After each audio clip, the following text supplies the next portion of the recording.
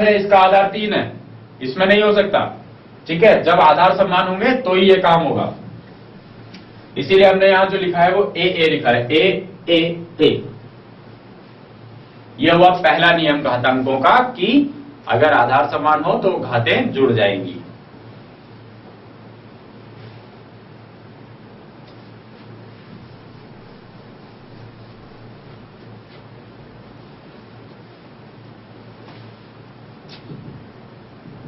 इसको आप क्या लिख सकते हैं भाई, 5 की घात 3 प्लस 2 बराबर 5 की घात 5।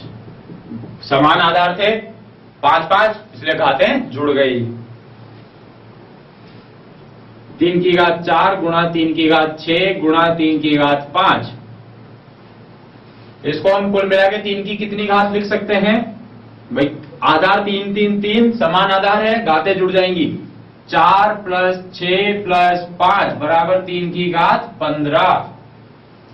ये घातें यहां पर जुड़ गई। क्यों? क्योंकि आधार जो है वो गुणा में है और समान आधार है।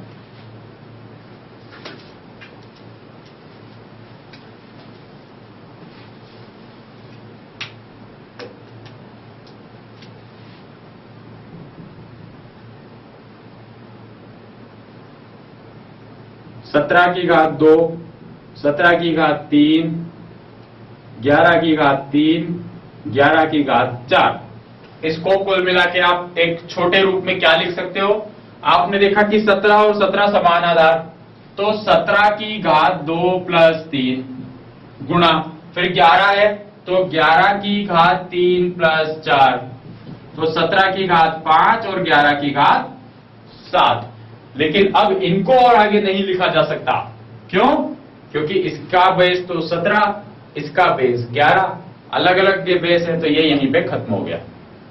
ठीक है, आधार समान होंगे तो ही हम आगे बढ़ाएंगे, वरना नहीं बढ़ाएंगे। ये हो गया आपके पास समान आधार वाली घातों का गुणा। इसी तरीके से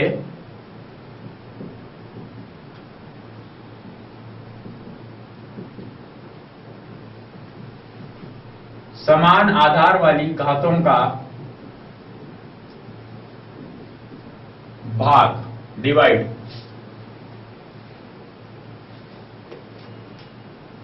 अब देखो, आपके पास है 3 की घात 4, आप इसको भाग देना चाहते हो 3 की घात 2 से। चलो इसको लिखते हैं, 3 गुणा 3 गुणा 3 गुणा 3 भाग 3 की घात 2। ये हो गया, ये एक 3 से एक 3 गया, इस 3 से ये 3 गया, बचा क्या 3 की घात 2। एक और लेते हैं, 5 की घात 6 को भाग दिया 5 की घात 5 से। 6 बार तो आपने लिखा 5, नीचे भाग में 5 बार 5, 1 गया, 2 गया, 3 भी गया, चौथा भी गया, 5 बार भी गया, कितना बचा 5 की घात 1। अब यहां पर कुछ नजर में आया, जैसे इधर कुछ दिखा था वैसे इधर भी कुछ दिख रहा है। क्या जादू दिख रहा है? देखो, जब हमने समान आधार दिया भाग में, आंसर में तो समान आधार आया, कोई दिक्कत नहीं है, 3 3 3 था, 3 ही आंसर में आया। घात थी 4, घात है 2, आंसर में आया 2। 4 माइनस 2 2 होता है। इसी तरीके से 6 माइनस 5 1 होता है। तो यहां से क्या निकल कर आया? यहां से ये निकल के आया कि जब समान आधार वाले संख्याओं को हम भाग देंगे तो घातें माइनस हो जाएंगी। गुणा में घातें जुड़ रही थी, भाग में जो घातें हैं वो माइनस हो जाएंगी। तो यहां पर से हमें मिला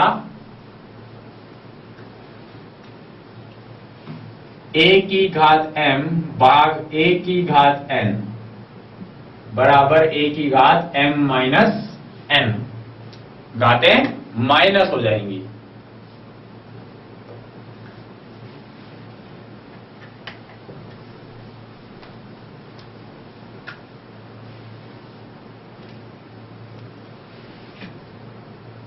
अब आपको कहीं पे सॉल्व करना हो कि 9 की घात 11 को 9 की घात 7 से भाग दो।